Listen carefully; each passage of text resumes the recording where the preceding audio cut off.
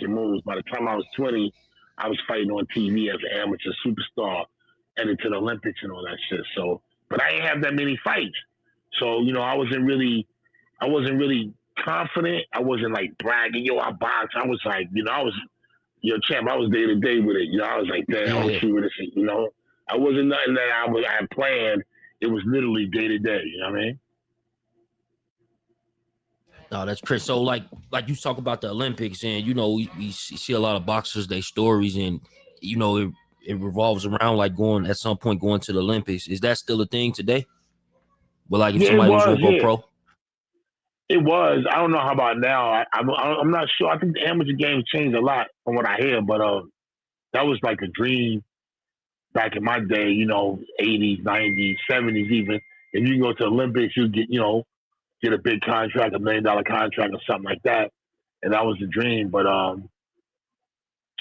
ain't never really had the confidence. I was born with asthma, so I was fighting asthma.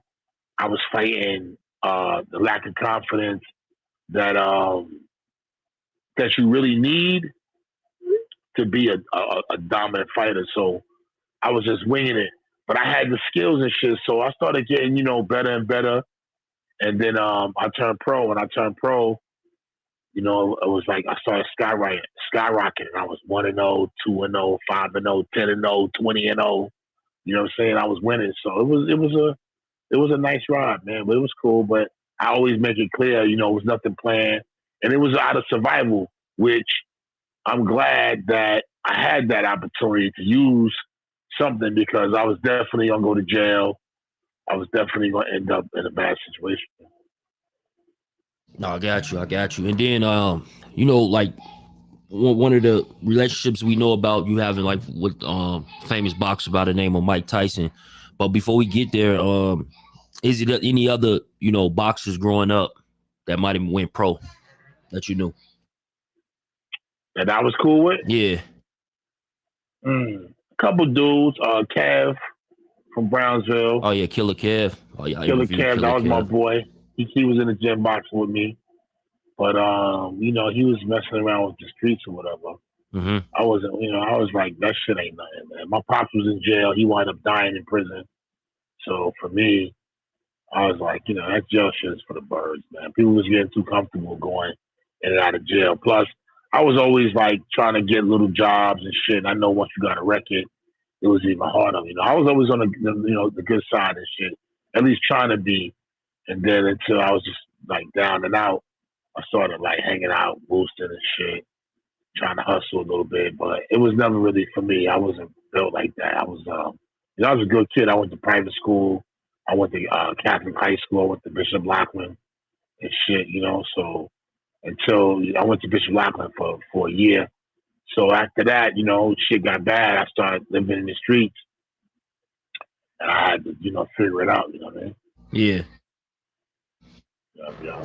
Yeah. And so now you pro. Now you pro. You moving, like you said, you going on TV. You on TV early in the game, and like what's that feeling like? Like you get like adrenaline. Um, you know, Before a fight, what I'm saying, you shook daddy. You like, damn. You know what I'm saying? This shit is nerve wracking because you got to figure out. I mean, you got to, you're going against another man, and truth of the matter is, it's his dream versus your dream, right? So somebody's dream's gonna get shattered. Somebody going home with a loss, and somebody gonna eat good. Somebody gonna eat ramen noodles tonight. So it's always like a nervousness of, damn, if I don't win this fight, what I'm saying? It's a wrap for me. So you always like that nervousness of, it's life changing. I tell people, like, every punch you slip or don't slip is going to decide your future. Like literally, where your kids go to school, where what you eat, your grandkids, because of your financial situation. That's going to change everything. So a punch that you don't duck or you get knocked out, man, bro, it's a total different life for you. Opposed to you won, now you go into the next fight, you're making more bread. Now your kids going to private school. Now you're living in a big house. Opposed to you got knocked out. The dude you knocked out, it's a wrap for him. You know what I'm saying? So it's a real crucial situation. Every fight every second of a fight. Literally, like I've been hit so hard in a fight that I wanted to quit. I was like, damn, I got to go down. But for that 3 seconds, when they say when you get hit with a body shot, what you got to do is you got to count to five. You're saying no matter how hard you've been hit, you got to count to five because once you go 1, 2, 3, by the time you get to 4, it starts dissipating. You know what I'm saying? That pain, but Wow. you get hit. Yeah, you got to count because if you show it, it's like that's another thing with boxing. You got to be such an actor, such a good actor because somebody hits you hard as they can and they crack you right in the eye and you looking at them, you see 5 of them. You know what I'm saying? Mm-hmm. But you can't let them know. You got to play that shit off. You know what I'm saying? So that's crazy. Yeah, same with a body shot. Man hit you hard as he can, and he hits you to the body. And you like, damn, you want to shit on yourself, but you can't let him know that you got a front line. That wasn't nothing. You know what I mean? So where did you get your confidence from? Because in boxing, you're kind of known as quote unquote like the loudest man in boxing. Is that somebody you look up to, or was that kind of figured out as you was going along? And like, where did that confidence come? And when did it come along for you? Now I was fronting, champ. I was fronting. First ball, I was fronting, champ. I was trying to make it fake it till you make it. So I was like, like anything, like this, like growing up but I think growing up in the Ville really taught me another side, which is your poker face. You know what I'm saying? Like I went to school. I went to school at this little church school called Risen Christ, right across the street from the worst school, I think, the worst junior high school in America was called 263, Marcus. It was the baddest school. Then right across the street from that was another high school called Redirection. So it was like the most powerful kids in Brooklyn, in Brownsville, all went to the school. So my school was right across the street. We had to wear uniforms every day. So I had to learn how to fight and learn how to front. Learn how to look like, you know what I'm saying? I'm with it. But at the same time, my heart was beating like, God damn, what I'm going to do. But, you kind of like, you learn the poker face. But when I got into the game of boxing, it was the same thing. I'm nervous, but I can't let him know because I might not see it in him, but the truth of the matter is he's nervous too. You know what I'm saying? He's thinking like, dang, like I tell people like the night before the fight, you ain't getting no sleep. I don't care who you are. You up all night thinking about the fight. You know what I'm saying? Like I said, your life going to change tomorrow. Tomorrow night, your life going to change. Whatever happens in that fight for the rest of your life, that's going to be with you. And again, that's going to depend on what kind of car you drive, what school your kids go to, your zip code. Everything is dependent on you. So the nervousness when that bell ring is, okay, this is a life-changing moment. And you could die. You know what I'm saying? You could get hit in the temple and die. Like people, and that's another thing about boxing right now with the whole influencer thing and, the Jake Paul and the exhibitions and all that shit. It's cool until somebody get hurt. And I think that, boxing is a dangerous game. I have homeboys that died. I had close homeboys that died. Like my roommate, he was Stephon Johnson, rest in peace. He died back in the days. He was my boy. He was like my roommate for 6 months or longer. And he died in the ring. I know quite a few brothers that died in the ring. So, it's really a life or death situation when that bell rings. So, you can take a show. Yeah, I think you mentioned kind of the influencer boxing is too interesting right now. Somebody in the 90s, like being one of the elites, you're fighting Foreman, you got Tyson. Like what's your thoughts on just the state of boxing where we're at today versus, kind of the 90s and that era? I think to tell you honestly, I think the fighters today, like they have an advantage when it comes to science. Like, we know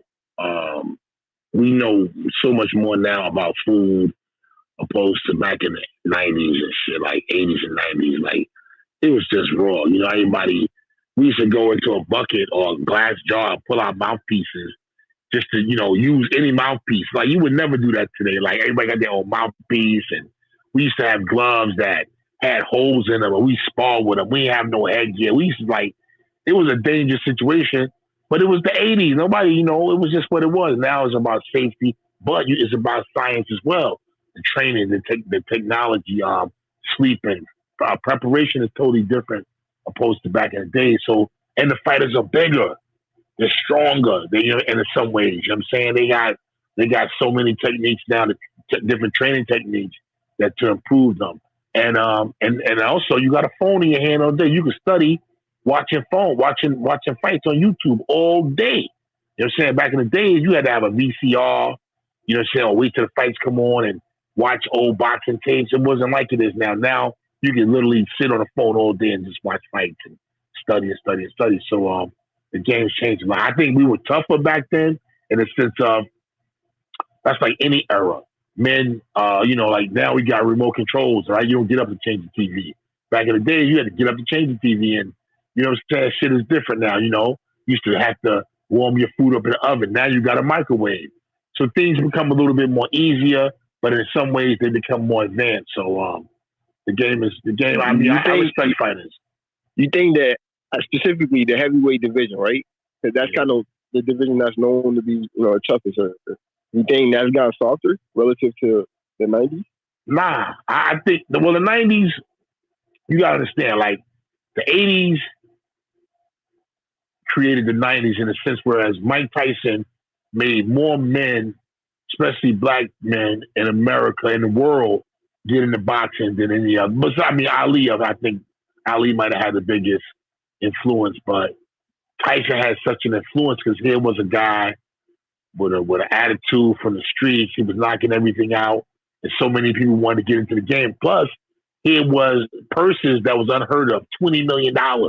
What? That was unheard of to fight Mike Tyson. Everybody wanted to fight Mike Tyson, but until they was fighting him, they was scared to death. So, the game was just everybody was diving in. Everybody, all the kids that was football players was boxing. Nowadays, nobody want to box like that. The big men don't want to box. They want to play football. They want to play basketball. But in the 90s, it was flooded with heavyweights. Everybody wanted to be a boxer. All the big dudes. So it was a lot more heavyweights than it is today. But today, there are a lot of fighters that are very skilled. And there's a decent amount of fighters worldwide, to be honest with you. What about like the bag? Like, is it a difference? Like, for example, like rappers always talk about like the guys today is getting way more money than they did say back then. Is it a similar bag, or is it a difference versus today and yesterday? I'm sorry, brother. I apologize. Say that again. Is the bag different? Like far as I hear a lot of rappers, like old school rappers, they talk about how the new school rappers basically getting more money, like far shows, album sales versus back in the day. And I'm wondering, is it the same thing for boxing? Is it like, because we hear about Floyd Mayweather, he picking up, of course, Floyd Mayweather owns his own company, but he's picking up hundreds of millions of dollars versus like back then, fight 5 million, 10 million, maybe 20. And he was lucky to get that much. But the bag has changed, but you got to be a superstar, and there's a lot of other variables involved as far as social media. You gotta have a team. You got to do something. Whereas you got to be in the spotlight, and to do that, you have to maintain. You have to maintain it because it moves fast. Like the algorithm, it moves quick. Like today, you got to do something all the time. If not, somebody else right behind you. Now they got influencers and they the stars now. Back in the days, you was on TV or you had a record label. You had a record. You was famous. Now you could be an influencer and just be pranking people and be famous. You know what I'm saying? Yeah, that's true. That's true. And that goes to like my next question. So, like I said, you known for having a relationship with Mike Tyson. So, how did that relationship start? Y'all grew up together, or? Nah. We lived across the street from each other growing up, but he's older than me. And then he left. He went to jail when he was young. He went to like reform school and all that. And he would come back around, but I'm much younger than him. I'm 53. I think Mike like 58, 59 or something like that. So that's a big difference when you're young. You know what I'm saying? Mm-hmm. But I've seen him before. He used to be in my building because he lived right across the street. And then I seen when I was like 18, 19, I would go to Don King's office and shit in the city and, run across him. And I was like, my manager at the time was a guy named Michael Marley, rest in peace. He discovered me and he was like, he was real cool with Mike and shit like that. But other than that, he was a figure. I think by the time 86, 87, he was making mad noise and we was watching him. He was from the neighborhood, so we was just like, I always thought that I would fight him. So it was always like, damn, one day I'm gonna fight him. This when I was 16, 15, 16. I was like, one day I'm gonna fight him. So when I really got into boxing now, I'm like, damn, will this really happen? Then when I meet him, I'm like, oh shit. But we never fought, and then we just over the years we were bumping into each other, and then it was always love. I think one thing about Brownsville, like we'll kill each other, but we ain't gonna let nobody else kill you. Like we stick together. You know what I mean? So that's one thing about Brownsville. You know what I mean? Like we might hate you. I might hate you, but I ain't gonna let nobody else kill you. If I see you out of town, like if I'm in anywhere and somebody jump on you, it's my obligation to help you. I mean, I'll get you when we get back, but I ain't gonna let nobody else do nothing to you. That's just, I think, a written law of Brownsville. I got you. So, like Mike Tyson, so you was talking about like the influencers fighting, earlier in the conversation, and one of the fights that Mike Tyson did recently was the Jake Paul event, and Mike Tyson, he didn't win that fight. Like going into that, what was your thoughts? You thought that he was gonna win, or? It's crazy because I ain't watched the fight. I used to train Jake and Logan Paul, and I didn't really I didn't watch the fight that night. I remember it happened. I fell asleep. And when I woke up in the morning, they said Jake won. I was like, what? And then I never really watched the whole fight, to be honest with you, Tim. I watched snippets of it because, I love Mike and, I hate to see him lose in any way, especially to Jake Paul. But, he did what he had to do. He made a lot of money for his family that night. And I'm happy for that because, Mike been through a lot. And, the boxing game is a dangerous, dirty game and it takes no prisoners. So financially, I was happy to see him make some bread. No, that's dope. That's dope. Yeah, because a lot of people, watching that fight, they were surprised. They, the expectations, seeing Mike Tyson fight, in his younger years, shit, we all know how Mike Tyson fight. So we was kind of surprised with that whole Jake Paul fight. You're surprised with the Paul fight, you said? Yeah, we was surprised, like the outcome. Yeah, that was nasty. We know it hurt us, but Mike made a lot of money. He was able to, take care of his family, and that's what it's about at the end of the day, man. You know what I'm saying? Being able to go home and your family safe, well, and you make some bread. How could he at this age, 58, 59 years old, ever fathom even making that type of money past his career? You know what I'm saying? I'm sure his million. He was like, yeah, I'll never see that type of bread again. And here now, bomb, he hit for 20, 30 spot. I heard it was a lot more, but he hit for a nice lick. So, that's all I look at it like that. He made some money and he good. No, for sure. I get it 100%. And Jake Paul, Logan Paul, you said you trained them in the early years in their career. So what was like training them? It was cool. It was cool, it was cool. Just kids and influencer boxing and you know what I'm saying? I was giving it a shot and unfortunately my boy lost. But he they turned out good. I think he's doing wrestling now. Logan and Jake still fighting. I think he's fighting Tank Davis. So it worked out good for them. Yeah, they definitely about to fight Tank. And what's your thoughts on that? You think that's gonna be a good look? For Tank, yeah. I heard he getting like 100 million or something crazy. Yeah, I heard that too. He's getting super bad. Super bad. Yeah, I'm happy for him, man. Get that money because this game, I mean, not many make that type of bread, and this game is very unforgiving. It don't give a shit about you. Once you out the way, you out the way. You know what I mean? So you got to make it while you can make it and never look back. And Tank been talking about retiring. You heard about that? Say that again? Tank been talking about retiring. He's saying he's gonna probably retire soon. So Maybe this could be his last one. Yeah, that's what he say, but who knows, man? Maybe he going through a lot. He made a lot of money. He been in it a long time. Maybe the desire ain't there no more. And why kill yourself in it if you don't have to? If you got enough money to set yourself up and live your life, hey man, make it and get out before you get hurt. You know what I mean? Right. That's a good point. That's what I was thinking when he said that. That's probably something that he thinking about heavy. So Jake and Logan Paul, like you said, you trained them. Do you think you could beat them? Body bag. You heard me? Yeah. You say what? Body bag. Oh yeah. Fact. Body bag. No, for sure. So, like Floyd Mayweather just put up within the past hour, he put up a post and he's saying that he's fighting Mike Tyson next year, and he's saying it's signed, sealed, delivered. He's ready to go next year. He's fighting Mike Tyson.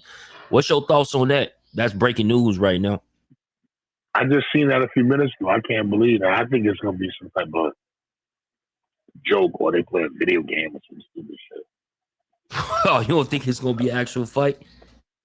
Hell no, I don't think so. I know Mike hate him and shit unless they got a deal with it. Like, yo, let's just get some bag. Let's get a bag. But yeah, because that's what Floyd put on the post. He posted the video and it says 2026 signed, special exhibition. Then it says I fear no man but God. Let's get it. And it's a bag emoji, like money bag. I don't see it happening, honestly. But who would have ever thought he would fight Jake Paul, right? That's true. Yeah. Yeah, because I'm just thinking, like, because like Floyd Mayweather is quick. Like, if that fight did take place, Mike Tyson still got power, and if he catches him, it's going to be crucial. Like you said, it's good to act and like, damn, he just hit me harder than a motherfucker. You know what I'm saying? But damn, brick wall hitting you. This shit's crazy. It's some monkey business going on. It's some monkey business going on. Ain't nowhere in the world, you know what I mean? Yeah, so like far as this dude 600, so I noticed that you've been having a back and forth with 600 for like probably the past year, right? A little over a year now. Body bag. So y'all got anything set up, or you still working that out? Yeah, Wack just called me literally like 15 minutes ago before the call, and he was like, "Yo, I'm on No Jumper Live." And we'll be here with Adam. He was like, Adam said, Adam said he betting on 600. I said, all right, cool. But, yeah, man, I'm going to hurt this dude. I don't like him. He talk mad shit. He not a real fighter. He got a built-up record. And I'm going to hurt him. I'm going to hurt him for all the kids out there that, watch him on YouTube, snitching all the time, talking shit about crime and all that shit.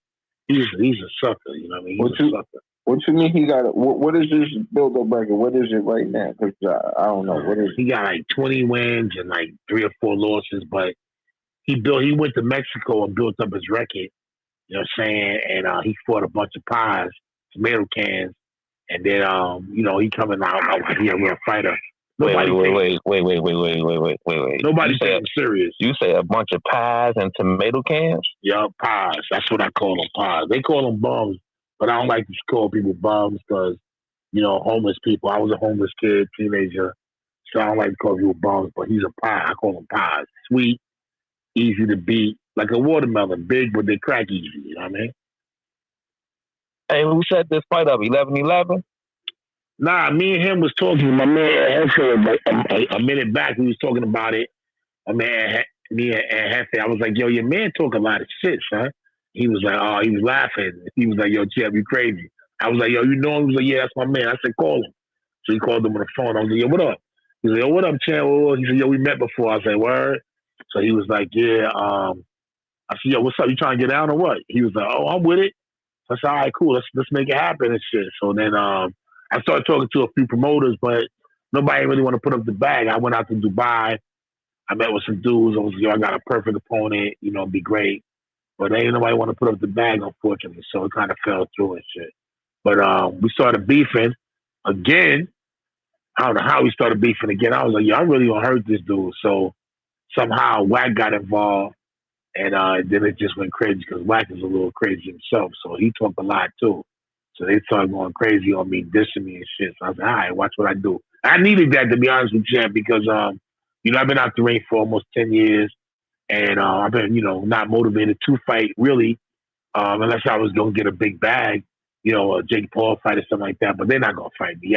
Nobody, honestly. The reason why I kind of retired was I couldn't get no fights. I went on a mission. I was like, I started like trolling everybody, running down on every fight I could, press conferences all around the world, Germany, England, just spazzing out, running down on Klitschko, Wilder, hey, anybody I could get trying to get a fight, but nobody was fighting me. So I ran my record up to 10-0. And at that point, it was just like, financially, for me to keep traveling and trying to get a fight and keep staying in shape, it was just too nerve-wracking. So I got into the group home business, opened up 3 group homes, and I've been doing really good with that, man. I'm actually in the process of opening up 3 more and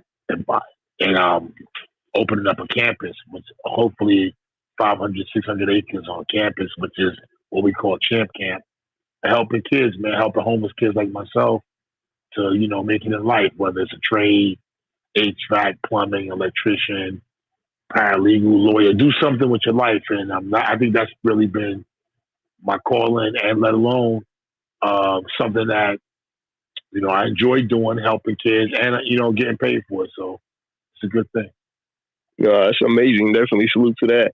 I actually wanted to ask you too, because we always hear you say, you acquired by the champ. You always say, "Let's go, champ." That's like your slogan, your brand.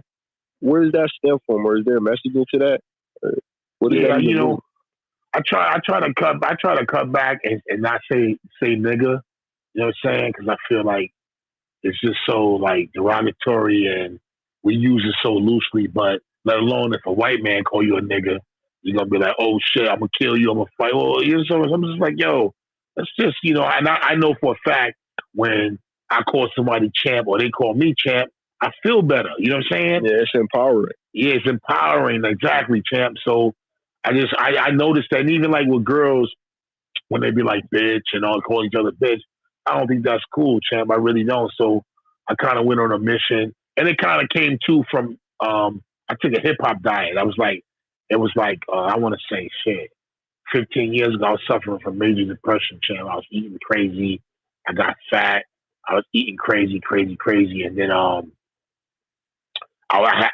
decided to lose the weight. I also decided to take a break from negative hip hop music and negative television. Like I was really into like watching, what's that shit? 48 Hours. That's every crime shit, Law and Order, and all types of crazy crime shit. I'm like, yo, what am I doing? And then I realized that what I'm watching, I'm internalizing. You know what I'm saying? And what I'm listening to, what I'm eating, I'm internalizing my shit. So like, I had to take a break, and I really realized, at the time, I'm living in $1 million house in Florida, and I'm driving around in the Phantom. I'm playing Mobb Deep, and I'm listening to killer music. I'm like, who I'm gonna kill for what? Like I'm angry, and I'm listening to music that's making me, not helping my spirit, and I think that was a big reason why I was fighting depression. Hey, I was living in the gated community, driving nice cars, living good, but hey, family well taken care. But I'm listening to music that's talking about killing and selling drugs, and man, I ain't doing none of that shit. And it's my temperament was not, my spirit wasn't feeling good, so I took a break. I took what I call a diet, and I started listening to just beats, because I still wanted to work out, and even love songs. I had to get away from that shit. Like, listening to songs is depressing me. Like somebody talking about a breakup, and I'm listening to that, and I'm like, I ain't break up with nobody, but it's such emotional. The lyrics are so powerful for us as people, especially black people, man, especially rhymes. Think about it. When we kids, we go to school and you start learning to what? Rhymes. So you know, it start touching you. The music, you can hear a song that remind you of something when you was a kid. You'd be like, oh wow, it'll take you there. So for me, I was like, yo, I gotta fall back off negative music, negative television, negative food. So I kind of just like I walked away, and then that word nigga and profanity. I need a break from that too, man. So I went on a positive kick, champ, and it really changed my life. I lost 168 pounds. That's when I came back and won 10 fights in a row, 10 knockouts, and not 9 knockouts, and just really changed my life. And it's a choice for me. And, I still use the word unfortunately sometimes, but I try not to. When I do, if I call somebody nigga or I use it, I say I apologize, champ. And they like, for what? I say I called you nigga, and they be like, oh no, that's cool, champ.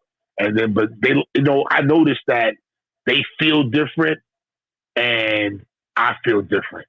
You know what I'm saying? And that's what's kind of 100%. Yeah, and that's powerful. Yeah, and that's what drove me off of Clubhouse before. Like I was on Clubhouse when it first started, and I would go into these rooms, and I'm hearing the beef and the cursing and the bitch, the nigga, the this. And I'm like, yo, bro, this ain't it for me. You know what I mean? So I just try to encourage people not to call me nigga, and like I don't really shake hands. I try to do fist bumps. You know what I'm saying? And I just try to keep it like that. I try to keep it real positive and shit. 100%. I mean, earlier too, one question that was kind of lingering. You and Chuck were talking about. Well, you were telling them like growing up in Brownsville, having to sleep in boxing gyms, being homeless, to then becoming a world champion.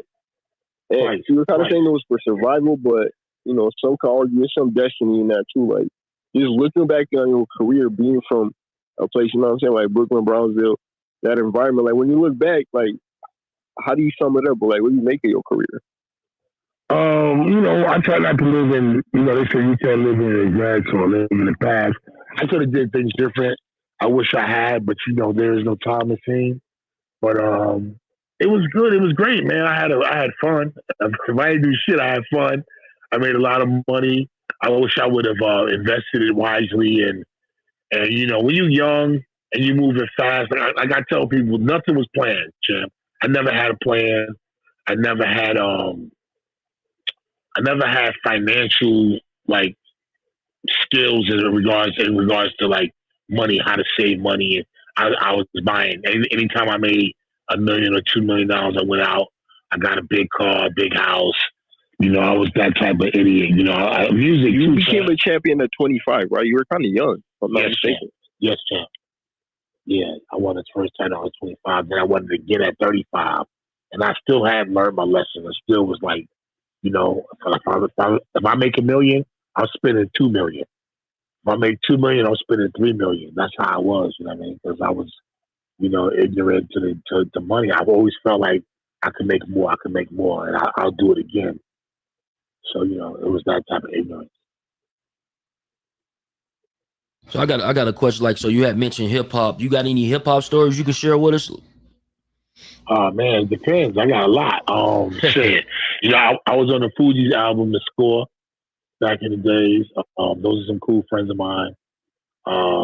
Shit. I mean, I'm a hip hop fanatic, so I grew up, listening to hip hop, loving it, admiring it. I mean, like beyond what you could imagine, because it was like 79 when I was 1979. I was in the park listening to hip hop, at the block parties. I was like 8, 9 years old, and late night, summer night, staying out till like I'm 8, 9 years old. I'm staying out till like 1 o'clock and 2 o'clock in the morning.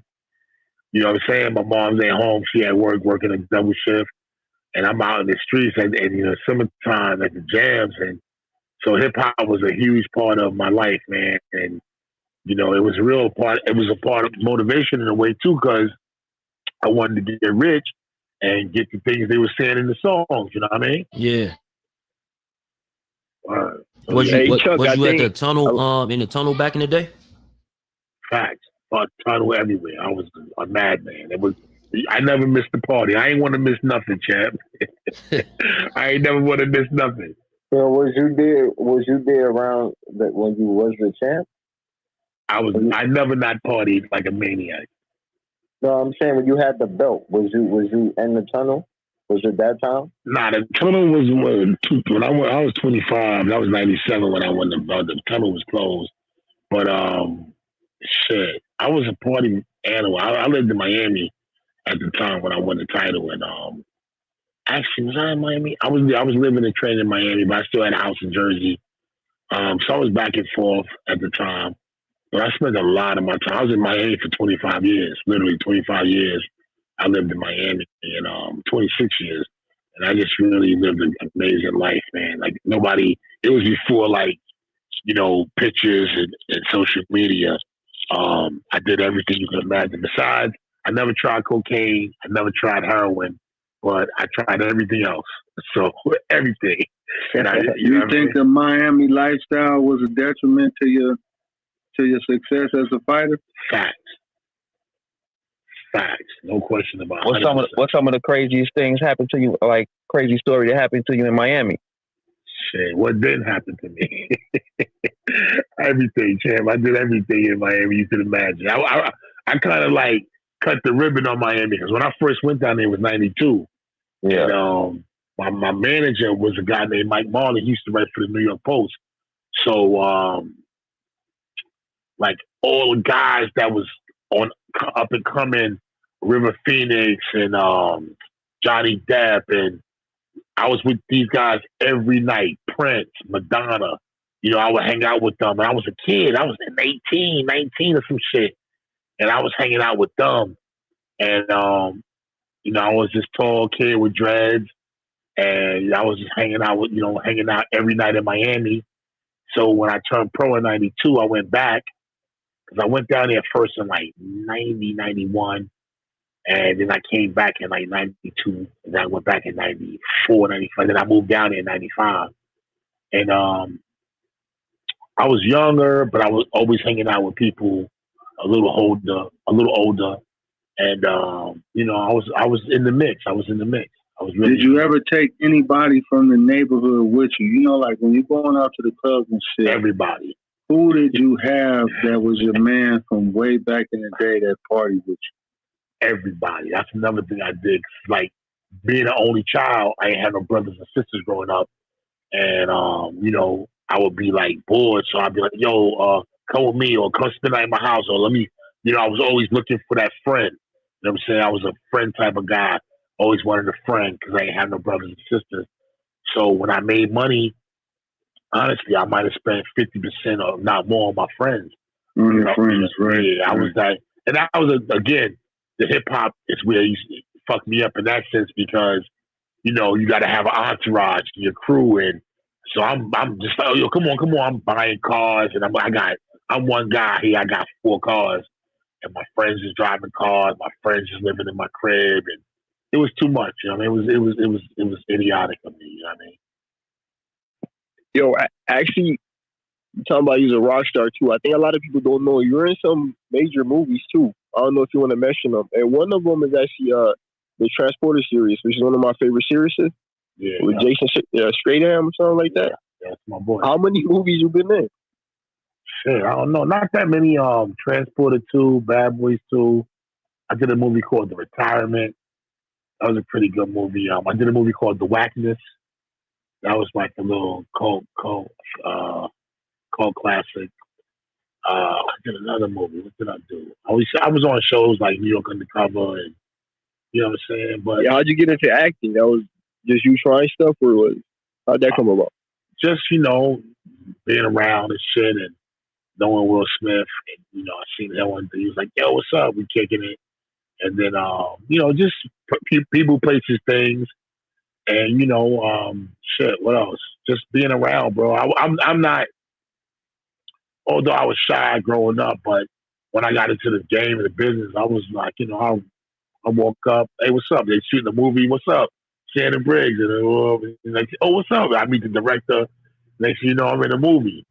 So it's pretty cool. It was pretty cool growing up. But then I didn't take it serious because boxing was my main thing, and I kind of got a little regrets in that, but acting is not easy, champ. It's not easy. It's a lot of hurry up and wait. You know what I mean? Mm. Yeah. So and Since you went back to boxing, give me your Mount Rushmore boxers. your top five. And then I got a question for you after that. Ray Robinson, 1. Jack Johnson, 2. Muhammad Ali, 3. I want to say Sugar and Leonard, probably 4.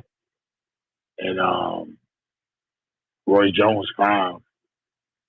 But, it's hard to say because, you got Tommy Hearns is an all-time favorite of mine. And so many champions. I mean, some good fighters. I want to say so many, but there's some, I respect the game, champ. I respect the game.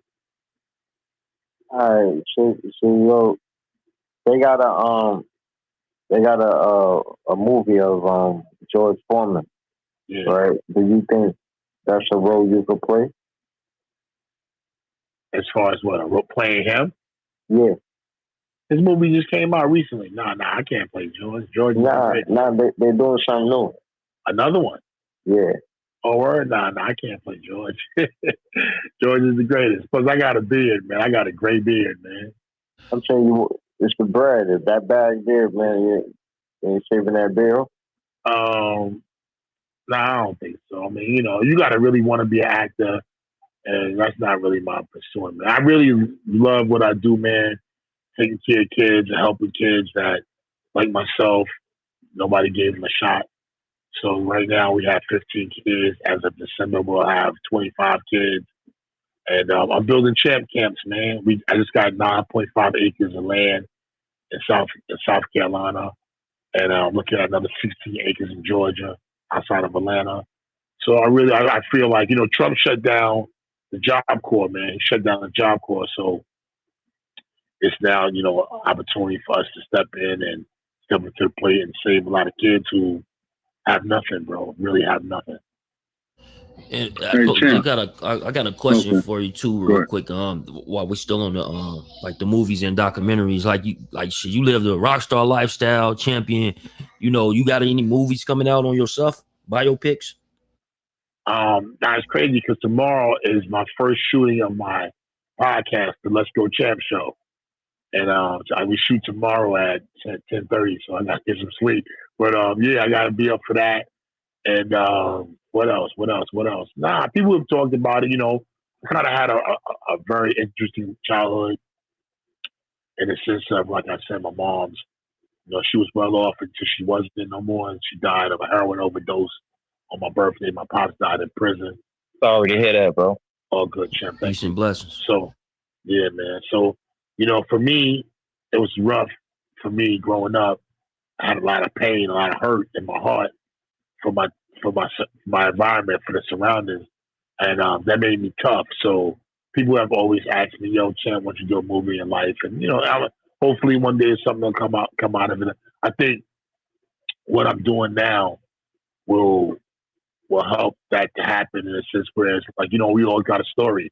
So this will be my story. What did I do at my, I don't want to say the end of my life. I'm only 53, but I kind of took a path of helping kids and helping people, because right now there's a war on kids, man. You see this, all these kids being abused and kidnapped and sex trafficked, and it's horrifying, man. I got some kids that I deal with personally that have some nightmare stories, man, that would have you in tears when you hear what they've been through, champ. It's like, it ain't a joke, it ain't a game. It's really painful. So my little girls, very, very young age, that was getting molested since they was 2, 3 years old. Like, how could this happen from their fathers, their brothers, their uncles, and even their mothers, like selling them for drugs? It's a nightmare, man. So like, shit like that is what makes me, it gives me the motivation to not only help them, but to get back in shape and fight a dude like 600 and really hurt them bad. Because when I hear these kids and they tell me stories, when they cry, I cry. And how can I take this pain? Only thing I can do is put this pain on 600. You know what I'm saying? Mm-hmm. And make him pay. Christopher Lovejoy, his name ain't no 600. Christopher Lovejoy, make him pay for the pain that these kids felt. And plus, that's going to make them happy to see me come back, because I'm fighting for the kids. You can't beat me. Nobody can beat me. Nobody in the world can beat me right now because I got a whole different mission. I got a whole different purpose. You know, like when you have purpose, that you can't do nothing. I mean, you can do whatever you want to do, but when you have purpose, like I made it in boxing because my mother was on drugs. I love my mother. I'm the only child. I was a mama's boy. I loved her to death. So for me, I was fighting for my moms. I was fighting to get my moms in rehab. I was fighting to get my moms an apartment. Once we lost our apartment, you know, my mom's had a nervous breakdown. She would just cry every day, all day for years. And I'd be like, Mom, don't cry. We're going to get another place. We're going to get another place. I was just, from a kid, 14, 13, 14, 15, 16, 17. So I was trying to make it for her. And now I want to make it for these kids, man, all around the world. And a guy like Christopher Lovejoy, he's just a reason to take it out on him. You feel me? Yeah, what round you want to knock him out? The other day. Wait, Briggs, hold on. I wanted to ask you. What round you want to knock him out, Jim? So I got the most first round knockouts in heavyweight championship history. If you look up my record, I knocked out I don't even know how many, 37, 38 men in the first round. And I really feel like, he's going to be number 39 or some shit. All right. So I'm going to put that bet in. Yeah, that's cool. If I don't knock him out, it's because I want to torture him. And I'm going to keep it real. Like, he the type of dude that he'll quit. So you can't really knock him out because he the type, once he feel that thunder, he the type that'll take a knee. He a coward. So he going to cower out. He going to look for a way out. He going to, you know what I'm saying, lay down. A man, to get hurt in boxing, you got to be trying. You feel me? You got to be in the fight 1 round, 2 rounds, 10 rounds, 12 rounds of grueling fighting. He won't get to that point because he the type of man, his heart ain't right. He got a heart problem. He'll quit before you get to that. You know what I mean? Yo, Rich, you had a question?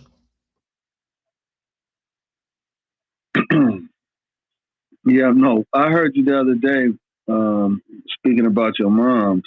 So I know you're sincere about that because I heard you said you took a short purse because an individual helped get an apartment for moms. Yeah. I thought that was honorable. But to circle back to the confidence thing, was it something from your past and your childhood, as far as with your family structure, that caused you to lack confidence, and how was you able to overcome that? I never had it because, as a kid, I want to say, like, it was so many little small factors. Like, for instance, my mom was very, very pretty, right, when she was young and growing up. And then, as she got older and drugs, her looks changed. She gained weight.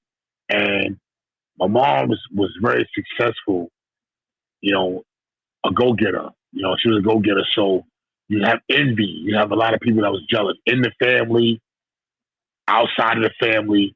So when people always like say stuff, oh, your mother this, your mother that. And my mother would, leave me with people, whether it was her sisters or she would leave me with people. And, people could be mean. They can say things because they jealous. They'd be like, oh, your mother this, your mother that. She ain't all that.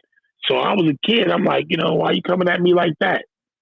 But, you don't really understand jealousy when you're a kid. You're like, well, you just think like somebody just being mean. So, that along with, that people badgering me for my mom's sins. And then when she fell off on drugs and was really at me, oh, your mother this, your mother that. And it was just like, damn, I'm a kid. Well, why you hurting me, making you feel better? But that's just how it was. So then asthma played a big part in that because, I used to run with the kids. I get tired. Nobody picked me for sports. I can't dribble. I can't hit a baseball. I can't catch. I was never good at sports. So I didn't have no confidence in that. I didn't have no confidence in school because I missed a lot of school. I was sick out a lot. I grew up in St. Mary's Hospital. I grew up in St. John's Hospital. Every winter I was sick. So I didn't have confidence in school and my education. So, and then, I was like a light-skinned kid growing up in Brownsville. Think about it. I'm light-skinned. I'm I'm a pretty boy. My mother loved me to death. She bought me everything.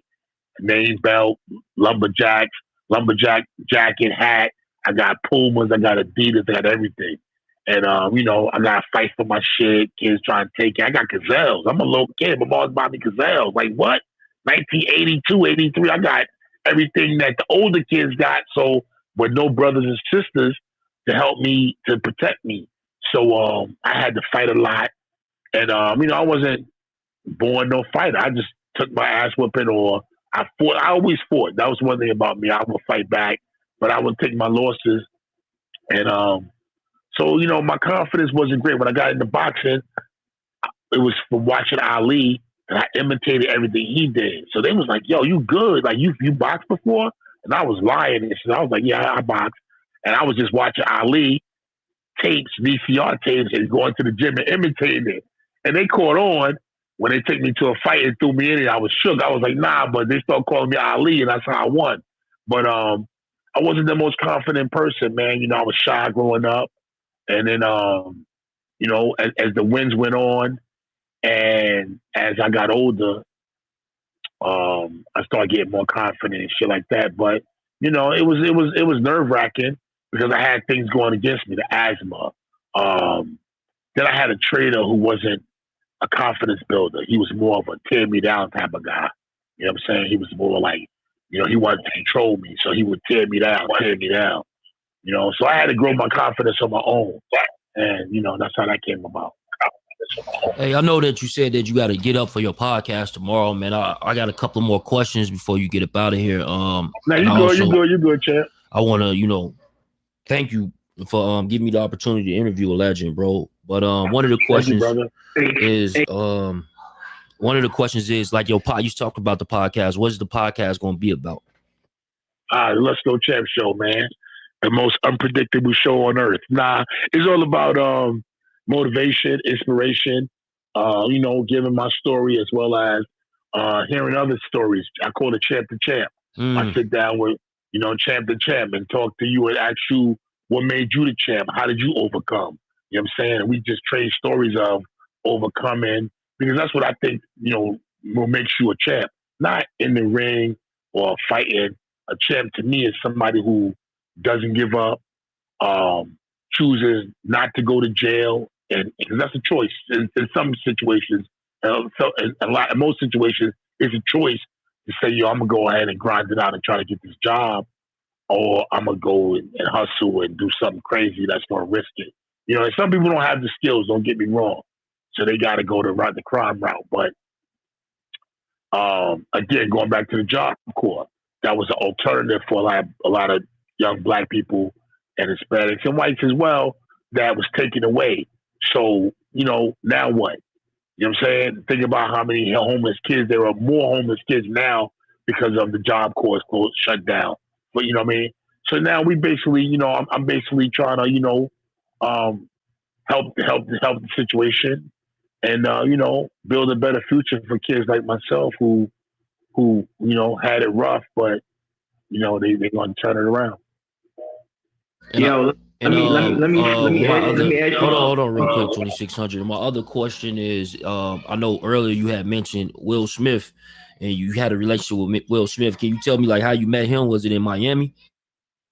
Nah, back in like 80-something, champ, when he was rhyming at the tunnel, bro. Was that Union Square? It might have been Union Square. I don't know where he was at. It was when I was young. When he was first came out. So whatever year that was, he was at the tunnel or was that Union Square, and he was in the bathroom. And these dudes, this happened twice. So I ain't gonna front. One time I seen LL Cool J in the club when I was young, and some dudes trying to front on him, and he spazzed out on him. And there was some thugs. And he seemed like he was by himself. And son, he went crazy. Like he backed him down on something. Like, what's up? And I always, that was L. And I was I was watching this, and I admired him for that. I was like, yo, son ain't no chump. He, you know what I mean? Because I was in there shook daddy, like, oh, this is crazy. What am I doing here? I'm a kid like 15, 16. And I'm like, what am I doing here? But he was he was standing up for something. And then the same thing happened with Will Smith. When I seen him when I was young, he kind of got into a little situation, but he stood his ground. I was like, oh shit, okay. So we would bump into each other, and then I seen him one day. I was in Miami, and he called me over. He had paparazzi around him and all that shit. He called me over to take a picture with my son, and I was like, oh, you're a good dude. He remembered me, and she go, yo, Shannon, what up? So we, that was love, and then I always remembered that. And same with Martin. Like I used to live in DC for like a year or 2 years, and Martin used to train at the gym in Palmer Park. That's where he's from out there, and we trained at the same gym, man. So it was crazy because all the dudes like from the '90s, especially the comedians, I knew them all, or even rappers. I had met them before they became famous. They knew me before I even was boxing. So it was like crazy. Like the whole New York scene, like Q-Tip and Jerobi, and I mean the list goes on, champ. Real talk, I can go on and name like 40 dudes. excuse me, 40 dudes who I knew, and they knew of me before we all made it. You know what I mean? Yeah. So that was always fly. You know what I mean? That they made it, I made it, and we remembered that shit. You know what I mean? No, that's dope. It's dope. Right. So 2600, go ahead, bro. I wouldn't say like the further you got in the boxing game, did you realize that it was like a political game? Yeah, I mean, in a sense, whereas you just gonna whip up the street and get in the game. You gotta know somebody. You gotta have a manager. You gotta have a promoter. You gotta have something. You know what I mean? And I see so many guys that was just like walk-ons, and they was used as opponents. You know what I mean? Just used as opponents, punching bags with arms and shit. So that was always like, damn. Like I was studying the game from afar, like watching old fighters in the gym that was past themselves, and they was getting fights, and they would take them to the fights on a Friday, and I would come back to the gym Monday and say, what happened? And so he got knocked out in the first round. And then you might see him in the gym in another week or two, and he hitting the bag, and he an old fighter. He just like, so I was like, damn, I never want that to be me. You know what I'm saying? You know Philadelphia got the best boxers, bro. That's a fact. They got a lot of them. I wouldn't say the best. If you ask me, I say Brownsville. You know what I mean? You got the best boxers, man, in Philly, man. Nah, I wouldn't say the best, but that's to everybody, to debate that. You know? You know what I mean? Yep. Debatable. So, anybody got any other questions? Yeah, actually, one last question, because it's one other big fight other than you on 600. What's your thoughts, or who you got in that Canelo Crawford? Man, I'm going with Crawford, man, but as we get closer and closer, I'm getting more shook. But I like Crawford, man. I'm riding with Crawford, man. You know what I mean? Interesting. With him moving up 2 weight classes, you think he's still gonna get the job done?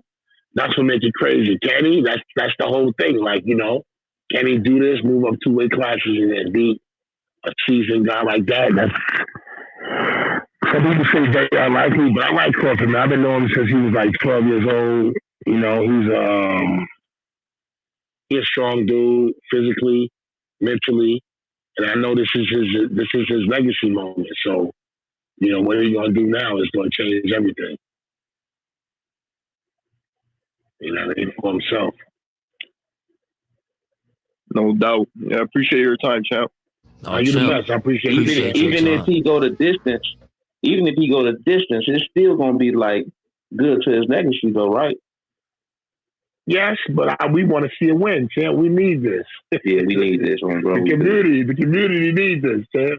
Yo, so how likely is this fight with 600 to happen? I'm hoping for the best, champ. Like, a lot of people don't want to fight me. They say I'm dangerous. You know what I'm saying? They like, yo, if I lose to Shannon Briggs, he old. What did I? You know what I mean? That's gonna mess me up. 600 willing to take a chance because, I don't want to say he really not a fighter, but he on the internet, he talk a lot. You know what I'm saying? So he feel like, yo, this will bring him a lot of clout if he could beat Shannon Briggs. I'm a big name. He figure I'm old, but man, watch when I hit him, champ. Watch, you'll see. You want to say, damn, champ. Like I told you, champ, I got a purpose. He don't got no purpose. He talking shit about jail and snitching on everybody. I call it snitching. They just be talking a lot about Big U and all this other gang shit. That shit is weak to me, bro. All that gang shit is weak to me, man. I don't respect none of that shit. I don't disrespect it because I understand it. It's neighborhoods and it's how people grow up to protect themselves. I don't disrespect it, but I don't respect it because I ain't go that route. You know what I'm saying? I went dolly. I ain't never had no gang.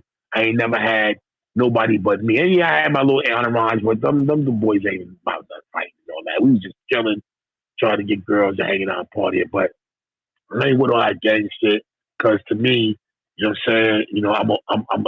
I don't see no toughness in that. You know what I mean? If you're a man, you're gonna stand alone. I done stood alone for 53 years, man. You know what I mean? I ain't never had nobody to run to. I ain't never had nobody. I ain't never, I own guns, but for what? I don't even know how to shoot. You know what I'm saying? Any Sean Price memories or Duck Down memories? My boy, you got? My boy. Rest in peace, Sean P. Man, rest in peace. But yeah, man, R.I.P. He was a good dude. That's my boy. He used to come to my crib in Florida and chill, spend the night. I used to have a guest house on my property, and he'd come chill. And he was the best, funny dude. We talk about old shit, cartoons and shit. But that was my boy. Actually, he was a DCEP, and one of my friends that I grew up with, he was a DCEP, and they was co-defendants. They went to jail together and shit one time, and so that was before we both made it as well. So you know what I mean, to see me make it, he loved me to death, bro. I mean, and it was crazy. The last time I seen him, I was with him. I was in the city. I was in New York, and he was like, "Yo, come to Town Square." He was at some hotel, and I went up there. It was him, Prodigy, Illa G, Rib the Villain, and we was all kicking it. And I had just started like the "Let's Go Champ" mantra, and he was so happy, bro. You should have seen him. We just kept saying, "Let's go, champ! Let's go, champ!" And we had a good time. And both of them died, bro. Soon after, so that was heartful because I remember that night like it was yesterday. We was all hanging out and shit. Word. Yeah, how many rounds is this fight supposed to like? Is it legally? Is it gonna be like an exhibition? Like how's this gonna be scored? Nah, I think they set it up for a real fight, man. I think they set it up for 10, but it's only gonna go one. It's going one, champ. Is it a place of preference? For me, I would love to be in New York, but I don't think they would give me a license because of my age. And same with California. I don't even know. There's other states that will like. I would love to. Nah, they ain't giving me no license. My age.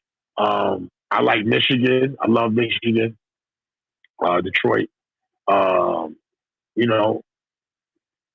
good everywhere. They want to make it in Connecticut, so they can talk about Connecticut. They said December 6th in Connecticut, so I'm with that. Okay. But I fight them right in the heart of Compton, Nickerson Gardens, whatever they call that shit. I fight them anywhere, everywhere. Anywhere. I don't care, champ. Yeah, I think they should set up an outside ring. You know what I'm saying? Yep. Right in L.A. There you go, right there in L.A. Wherever they want it. I don't care. I go anywhere. I'm a road warrior. I ain't scared to go nowhere. For sure. Yo, champ, salute, man. Appreciate you. Man, you the best, champ. Thank you, brother. Anybody else got any questions? All right, well, that's no lady. No, I just want to say I hope he win too for the kids in the community. I think that's a good thing that you're doing. And shout out to you taking the time to listen to their stories and feel their pain and do something different. We need more people like that. Thank you, champ. Thank you, champ. Thank you, champ. I appreciate you. Let's go, champ.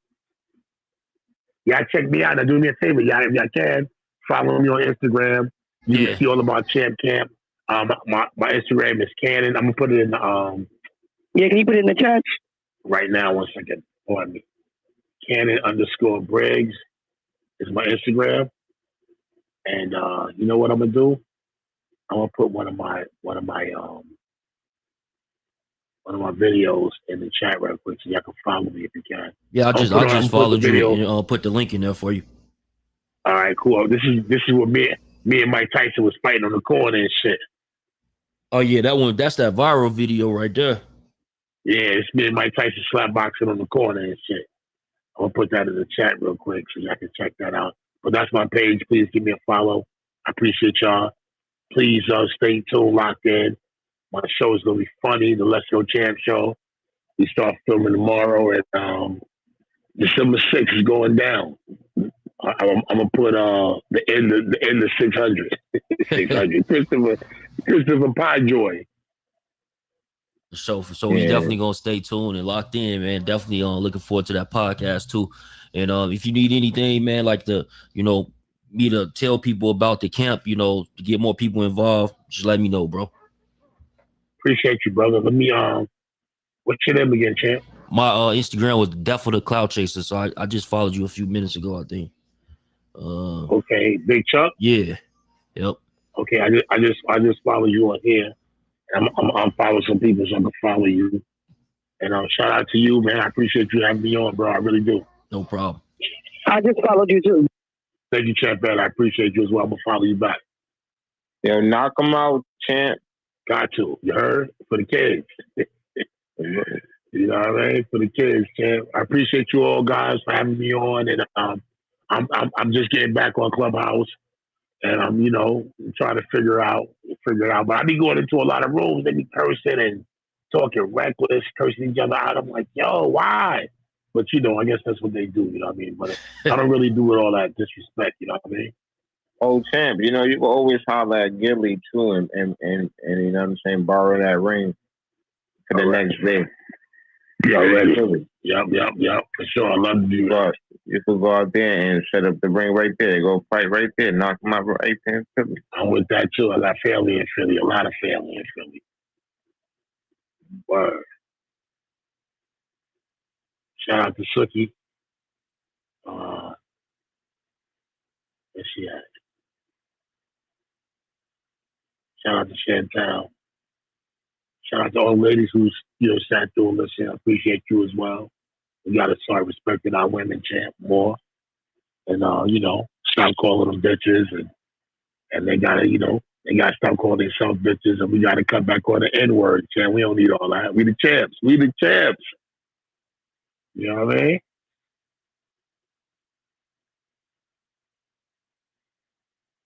That's a fact. Salute for that. All right, guys. Have a good night. I gotta get up in the morning. First paper tomorrow for the Let's Go Champ show. All right. We're gonna be tapped in when it's out. Peace and love. Peace and love, y'all. Peace.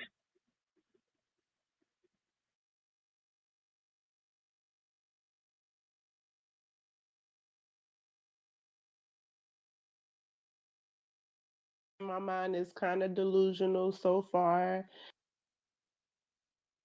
I got this little music button, man. I can add all my music on there now. Go on there, look on there.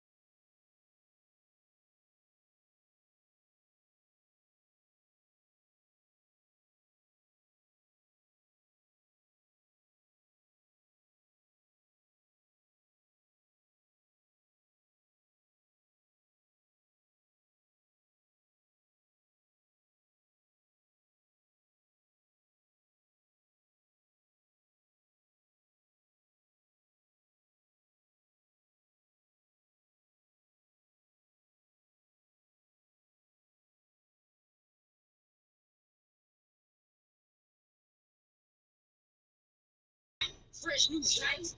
AM juice, life.